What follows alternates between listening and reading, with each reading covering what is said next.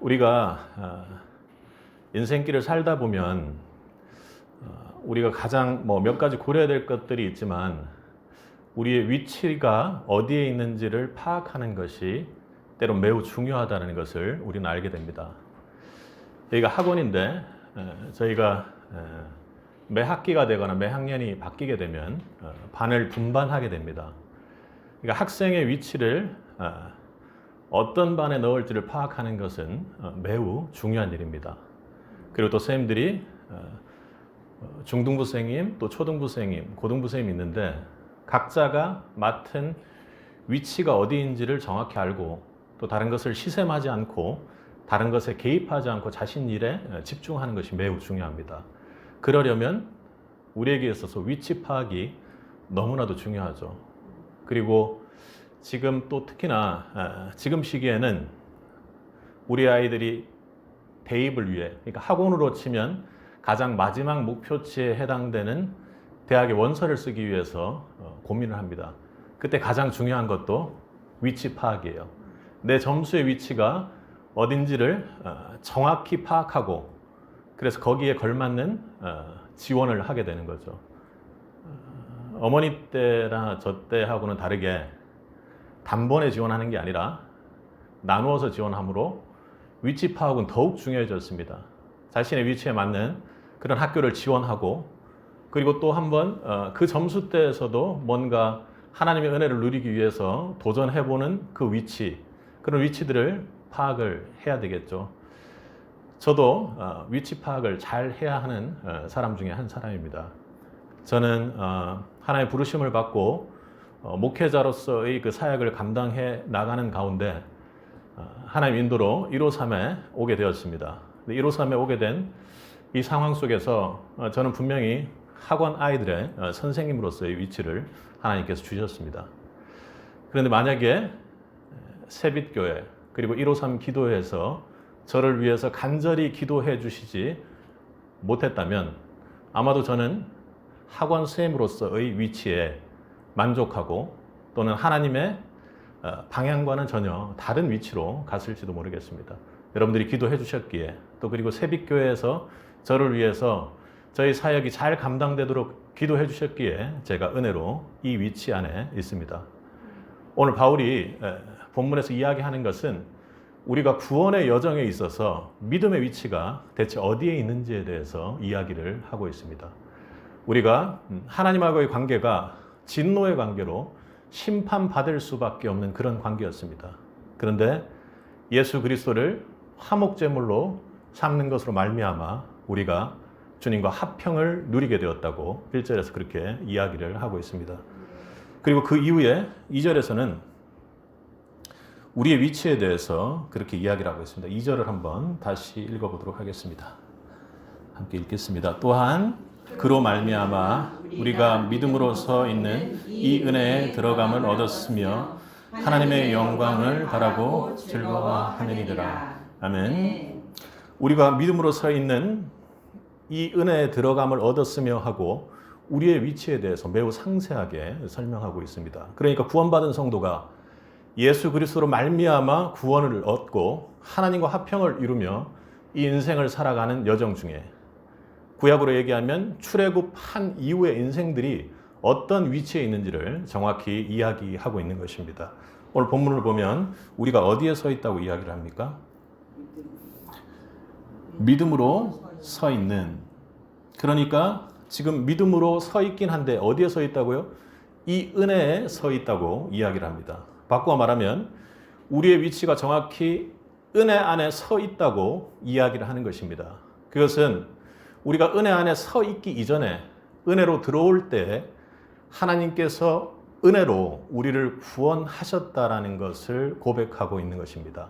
그러니까 예수 그리스도로 말미암아 내가 구원을 얻었는데 거기에 전혀 나의 힘도 나의 공로도 어떠한 것도 들어가 있지 않다라는 것을 오늘 본문에서 은혜로 고백하는 것입니다.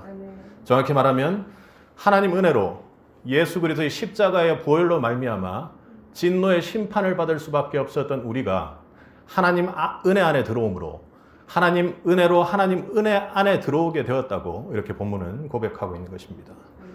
구원의 은혜에 우리가 십자가의 강도처럼 그 초청에 응하기만 하면 하나님께서 우리에게 은혜로 구원을 주셨던 것입니다.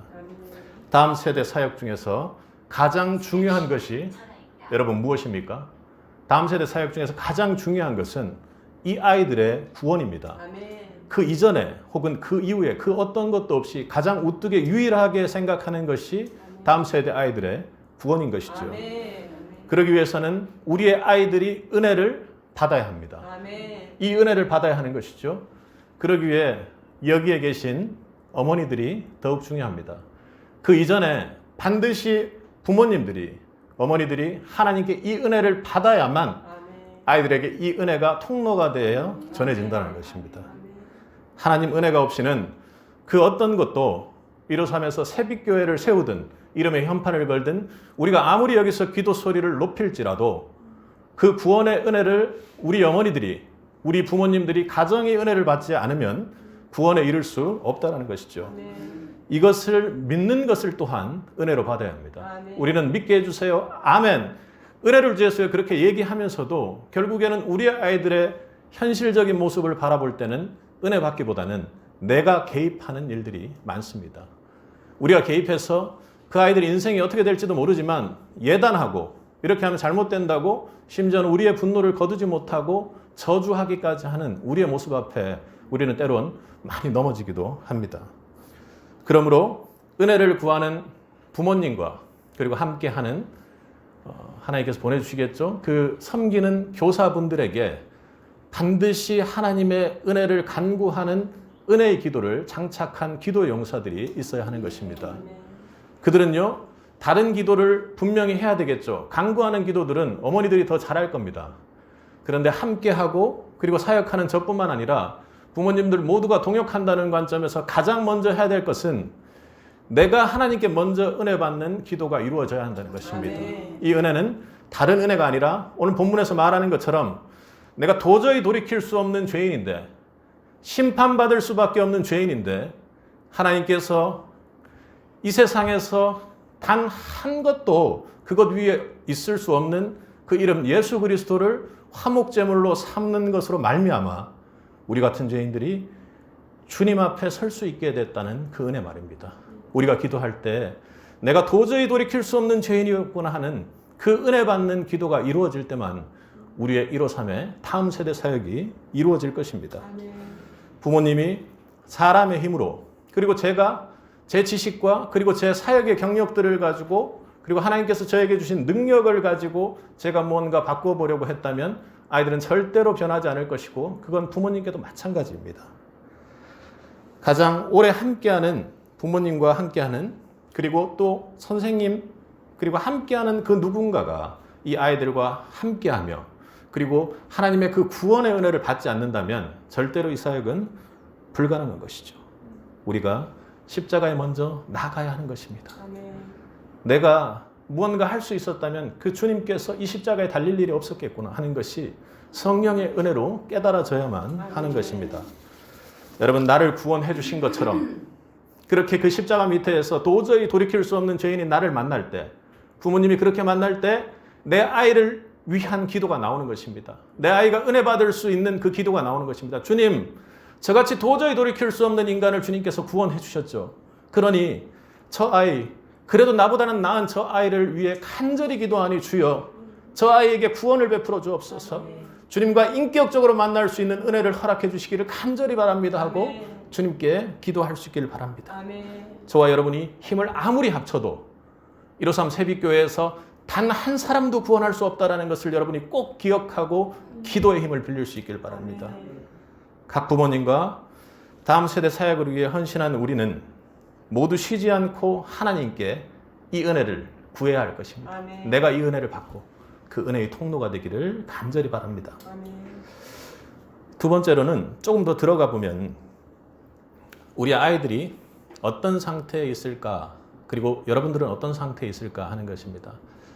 여러분들 아이들이 있으시죠? 저도 조금 어릴 수도 있고 뭐 비슷할 수도 있는데 저희 첫째 아이를 생각해 보면 사랑의 표현에 있어서 매우 적극적인 아이였습니다. 어렸을 때. 제가 집을 비우는 경우가 거의 없습니다만 교회 수련회나 이런 경우가 있을 때는 비우게 되겠죠. 아이들에게 아빠가 뭐 출장 간다거나 이런 일이 없기 때문에 매우 생경하고 생소한 일입니다. 그래서 한 5살 때 이 정도 때 첫째를 생각해 보면 우리 이렇게 유리가 있으면 창 밖으로 이렇게 보이는데 간유리처럼 이렇게 뿌옇게 해놓지 않습니까? 밖에 보이지 않게. 근데 사이에 틈이 있죠. 새벽 5시, 뭐 4시 반 이렇게 새벽 기도를 간다거나 그렇게 나가면 우리 아이가 이렇게 그 문틈으로 봐요. 그 눈빛이 어둠 속에서도 새벽 미명에 깜빡깜빡하는 게 보입니다. 그러다가 한 날은 제가 수련회를 갔는데 갔다 오니까 애가 온몸에 멍이 들어 있어요. 왜 그랬냐 이렇게 하니까 말을 안 해요.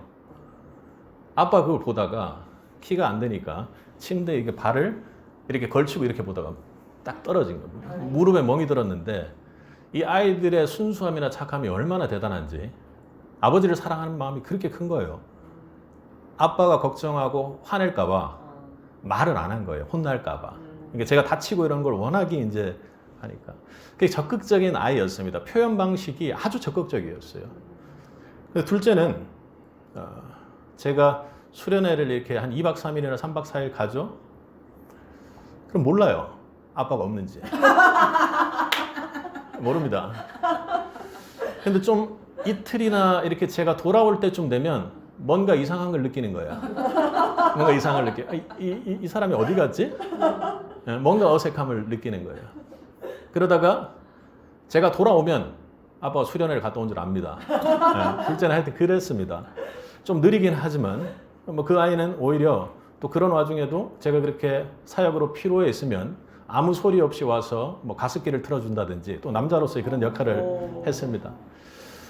그런데 나이가 들고 이렇게 크다 보니까 그게 바뀌더군요. 여러분들이 잘 아는 가장 무서운 아이 나이대가 제 첫째가 되었습니다. 중2인데 이제 중3으로 넘어가는 중입니다. 저도 이제 아주 아이들을 엄하게 다루는 편입니다. 상당히 엄하게 다루는 편인데 뭐 다른 것보다도 말씀을 안 지켰다 뭐 이런 거 말고 아주 기본적인 것을 선을 지키지 않았을 경우에는 상당히 지옥처럼 만듭니다. 뭐 예를 들면 엄마한테 좀 안 좋게 대했다든지 버릇없게 대한다든지 뭐 그런 것들 있죠. 그러니까 하나님이 세우신 가정의 권위에 도전한다든지 예배에 도전한다든지 뭐 이런 일이 충분히 생깁니다. 그래서 이제 그럴 때는 제가 아주 강하게 야단을 칩니다. 말 그대로 지옥처럼 만들어 버려요. 도저히 뭐 어떻게 안 되도록. 근데 그렇게 되면 아이들이 좀 쌩하죠. 아이들이 저를 대할 때 뭔가 좀 이렇게 확 나오질 못합니다. 둘째는 뭐 제가 그렇게 야단을 치고 길게 끌질 않습니다. 저는 그렇게 알리고 나서 이후에 뭐 짧게 하루해가 지나기 전에 애들 분 안 쌓이게 제가 해결해 줍니다. 그런데 해결을 해주면 여전히 그 중2짜리는 쌩해요. 기분 안 좋다 이거죠. 기분 안 좋다 이거죠. 뭐 갑자기 이랬다 저랬다 하고 막 이제 이러니까. 그러니까 그렇습니다. 그렇게 변했어요. 아주 적극적인 아이였는데 지금은 또 시절이 변하다 보니까 그래요. 근데 이제 둘째는 제가 용서하기가 바쁘게 뭔가를 해달라고 합니다.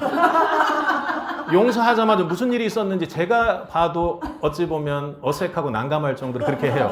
얘 왜 이러지? 얘가 내 아들이 맞나? 이렇게 싶을 정도로 뭘 사달라? 금방 정말 지옥처럼 혼났는데 치킨 사달라, TV 보게 해달라, 영화 보게 해달라 뭐 수도 없습니다. 그래도 아빠 기분 좋으니까 뭐 장난감을 별게 자기가 요구하던 게 다 나와요.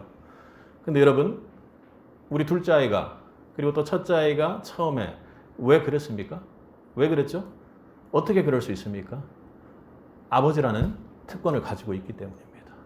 그러니까 우리가 은혜 안에 오늘 본문을 보면 이 은혜 안에 뭘 얻었다고 하나요? 들어감을 얻었다고 이렇게 이야기합니다.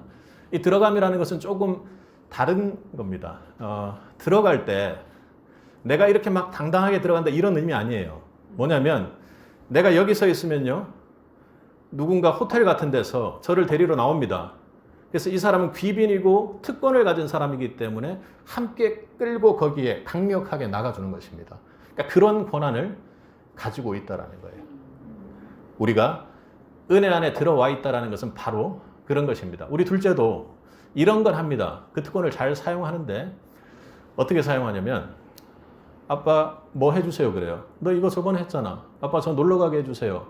오늘은 뭐 꼭 혼자 있어야 될 것 같아. 이런 말도 안 되는 요구를 할 때가 있습니다.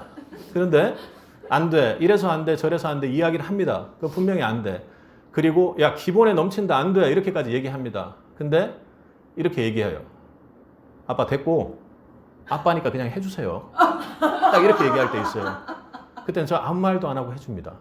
그만큼 자기에게 급하고 지금 모든 그것을 뛰어넘을 만큼 중요하다는 거죠. 제가 수학 선생님인데 아이들이 잘 못하는 것 중에 하나가 뭔지 아세요? 연산을 잘 못해요. 고3이 돼도 그건 똑같습니다. 근데 연산 중에서 여러분 괄호가 왜 있는지 아십니까? 가장 먼저 하라고 있는 거죠. 가장 먼저 하라고 있는 것입니다. 괄호 안에 있는 것과 괄호 밖에 있는 것은 천지 차이입니다. 우리는 은혜 안에 들어갔다는 것은 괄호 안에 그리고 소괄호 안에 가장 먼저 계산하고 가장 먼저 쳐다봐야 될 특권의 위치를 우리가 가지게 되었다는 것입니다. 그러니까 제가 이것저것 그렇게 안 된다고 할 때 그럴 때 이 아이는 뭘 쓰는 거예요? 아버지니까 특권을 사용하는 겁니다. 들어감을 얻었다는 것은 바로 이렇게 하나님의 자녀가 되었다는 적극적인 구원의 의미가 있다는 것을 여러분 기억해야 합니다. 그러니까 여러분 은혜 안에 모든 것을 은혜로 얻었으며 그리고 지금은 그 은혜가 넘쳐서 정도가 더 심해서 하나님의 자녀가 되었다는 것을 여러분 기억해야 합니다. 혹시 내가 밖에 나간 탕자처럼 돌아오지 못한 건 아닐지라도 집안에 있었던 약간 어리석은 맏형 같은 일을 하지 않았을까? 모든 것이 하나님의 것이, 모든 그 하나님의 것이 나의 것인데 그것을 누리지 못하고 그 특권을 사용하지 못하고 기도하지 못하고 간구하지 못하고 내가 무언 것을 할 것인 양 그렇게 기도하지 않았을까? 여러분 한 해를 돌아보시기를 바랍니다. 얼마나 올 한 해 그런 특권들을 누렸습니까? 이제 지났으니까 작년이죠. 네, 얼마나 그렇게 특권을 누렸습니다. 여러분 민망해도 우리 아이처럼 연약해도요. 하나님 보고 계심으로 가장 잘 보고 계심으로 그런 특권을 가지고 있으므로 여러분들이 구할 수 있기를 바랍니다. 아멘. 계속 구하세요. 우리 아이처럼 말입니다. 왜 그렇게 구할 수 있습니까? 그것은 우리가 구하는 은혜의 하나님이 바로 우리 아버지이기 때문입니다. 여러분 내가 좀 잘못한다고 이 특권을 포기하실 거예요? 그래서는 안 됩니다. 하나님 자녀되는 특권을 포기한다는 건 있을 수가 없는 일이죠. 다음 세대 영혼을 우리가 정말로 위한다면 정말 쉬지 않고 철면피처럼 부모가 잘 살아야지 알고 있습니다. 안 되잖아요. 그러니 철면피처럼 그 상황 속에서도 우리 아이들의 구원을 위해서 간절히 기도할 때 하나님께서 은혜를 부어주실 것입니다. 아멘. 그 특권을 사용할 수 있길 바랍니다. 아멘. 여러분 좀 이런 간구의 기도를 잘 못하시는 분들이 지방 사람들입니다. 저도 그래요. 옛날 사람일수록 잘 못하는 것 같아요. 내가 하나님한테 염치가 있지. 전혀 필요 없습니다. 가장 좋은 케이스가 우리 아이들 케이스예요. 금방 지옥 같은 진노가 있었음에도 불구하고 예수 그리스도로 말미암아 화목제를 얻었으므로 우리는 언제든지 화평을 누리고 주님 앞에 나가 주세요, 주세요, 주세요 할 수 있는 그 자녀로서의 특권을 가지고 있는 것입니다. 하나님은요, 우리를 바라보실 때 예수님의 모습 그대로를 보십니다. 예수의 보혈로 덮여있는 우리를 보시기에 예수 그리스도가 침례받고 올라왔을 때 내 사랑하는 아들아 하고 기뻐하셨던 것처럼 우리가 어떤 잘못을 저지르고 있는 상황일지라도 주님께서 기본적으로 우리를 예수 그리스도의 모습으로 기뻐하는 모습으로 사랑하는 모습으로 바라보고 있다는 그 믿음이 절대로 흔들려서는 안 됩니다. 그래야 특권을 사용할 수 있는 거예요. 민망해도 괜찮아요. 제가 여기서 이렇게 말씀 전하고 있는 것 자체가 정말 그런 민망한 일입니다. 주님 앞에 그런 은혜를 구할 수 있길 바랍니다. 이 시대 누군가는 우리의 아이들을 위해서 반드시 울어야 합니다. 예수님께서 예루살렘 성을 바라보고 그렇게 우셨던 것처럼 저들이 앞으로 어떻게 멸망할지 모르고 그리고 사망의 질곡에서 죄의 질곡에서 그렇게 힘들어하는 줄 모르고 우셨던 것처럼 이 시대 우리의 부모님들이 그리고 또 이 시에 먼저 믿은 믿음의 선배들이 울지 않으면 대체 누구를 위해서 복음을 전할 수 있고 구원을 얻을 수 있겠습니까? 유럽의 교회를 보면 이 믿음을 중시하지 않고 또 복음을 중시하지 않고 다음 세대의 믿음에 대해서 관심을 끈 상태이기 때문에 교회가 카페와 나이트클럽으로 변하고 있습니다. 그럼 잘 알고 계시죠? 우리나라도 그런 모습들이 나타납니다. 그러니 여러분들이 우는 기도 소리 그리고 여러분들이 좀 부족하고 연약할지라도 우리의 자녀의 구원을 위해서 그리고 그 친구들을 위해서 기도하는 여러분들의 기도 소리를 얼마나 하나님이 기뻐하시겠습니까? 우리 아이들도 그렇게 우리를 구원해 주셨던 것처럼 인격적으로 만나주시고 깊이 만나주시라고 끝까지 책임져 주시라고 153 기도회에서 자녀로서의 기도의 특권을 활용하시기 바랍니다. 하나님께서 반드시 들으시고 또 그들을 예배 안에 세우실 줄로 믿습니다. 여러분, 그래서 우리가 오늘 본문의 말씀에서 은혜 안에 서 있다, 은혜 안에 들어감을 얻어서 이 은혜 안에 서 있다라는 모습을 머릿속에서 한번 입체적으로 조명해 보시기 바랍니다. 이제 그런 게 말씀 속에서의 묵상입니다. 은혜 안에 서 있다라는 것은 여러분들이 굽신거릴 이유가 없다라는 것입니다. 어떤 상황 속에서도 하나님의 자녀로서 서 있기 때문에 죄와 싸워서 반드시 승리할 수 있습니다. 믿을 수 있길 바랍니다. 설령 내가 연약해 넘어질지라도 주님께서 함께 하시기에 내가 주님 앞에 십자가 앞에 도저히 돌이킬 수 없는 죄인이었음을 고백하고 나아갈 때 주님께서 구원의 감격과 그 기쁨을 회복시켜 나아갈 것입니다. 그것도 바꾸어 말하면 그 상황을 조명해 보면 내가 하나님의 은혜 안에 이렇게 딱 서 있다고 눈 감고 생각을 해보시기 바랍니다. 그러면 나의 이 모습을 하나님께서 한시도 쉬지 않고 지키시며 보고 계시고 있다는 것입니다. 여러분 믿습니까? 아멘. 하나님께서 반드시 여러분을 보고 계시는 것입니다. 시편 기자는 주께서 나를 살펴보셨으므로 주께서 나를 아시나이다. 은혜 안에 서 있는 저와 여러분에게 주님께서 이렇게 말씀하고 계시는 겁니다. 내가 너를 알지. 잘 알고 있다. 네가 힘든 와중에도 기도로 모든 것을 이겨내기 위해서 나와 그렇게 아침마다 기도로 분주하게 했던 너를 알고 있단다. 그렇게 하고 하나님께서 말씀하시는 것입니다. 그리고 저도 생각해 보면 제가 153 이쪽 학원에 오게 될 때 그런 생각을 안 했다고 고백은 하지만 상황적으로 볼 때 하나님께서 있으실까 하는 상황이었습니다. 제가 153 기도에 올 때 상황적으로 볼 때요. 저는 안 그랬다고 하나님 아실려나 모르겠지만 153 기도에 왔을 때 그랬습니다. 여기 8층에 면접을 했고 저기 옆방에서 기도를 하며 기다리고 있었습니다. 그리고 제가 우리 원장님한테 첫 마디가 그렇게 했습니다. 아직 좀 이렇게 세상과의 적응도가 조금 떨어질 때입니다. 한 10년간 전도사로서 엄청 이렇게 혹한에 제 생각에는 그런 훈련을 받고 처음으로 만난 외부인이 이 원장입니다. 그럴 정도로 아무하고도 만나지 않고 지내고 있는 기간에 하나님께서 정말 은혜의 역사 가운데 이렇게 인도를 해주셨어요.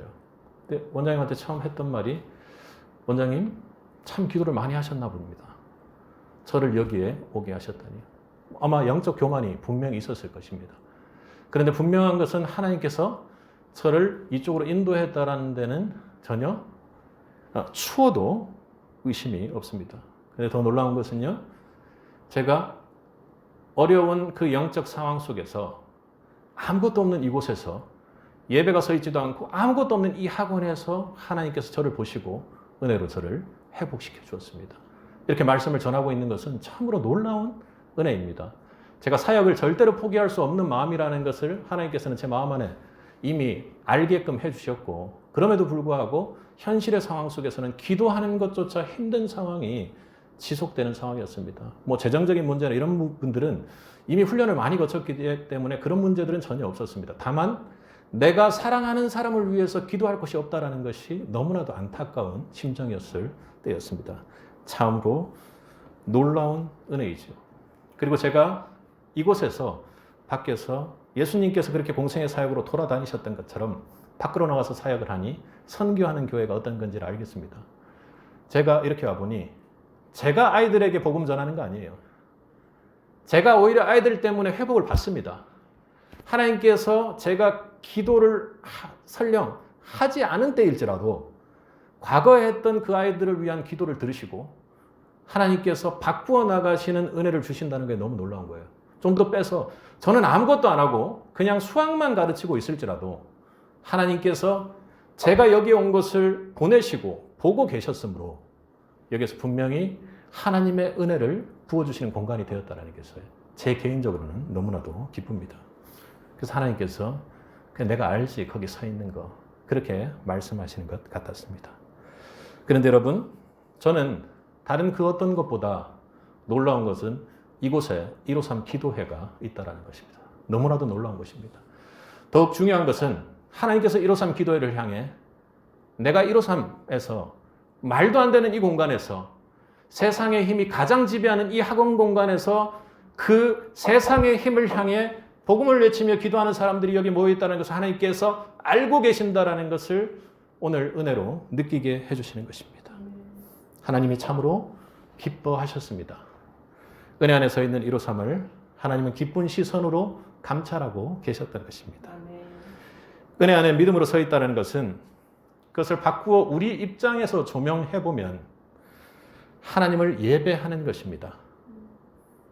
예수님은 우리가 신령과 진정으로 예배하길 원한다 했습니다. 우물가 여인을 만나 주님께서는 생뚱맞게 신령과 진정으로 예배해야 된다고 그렇게 말씀하셨죠. 그녀에게는 심한 세월의 질곡과 남자들과의 관계에서의 어려움, 남편 때문에 문제가 있는 것 아니라 혹은 음란에서 세상 속에 죄에 빠져 있는 것이 가장 큰 문제가 아니라 너에게 가장 중요한 것은 신령과 진정으로 예배하는 것이 필요하다고 그렇게 우물가 여인에게 다가갔던 것입니다.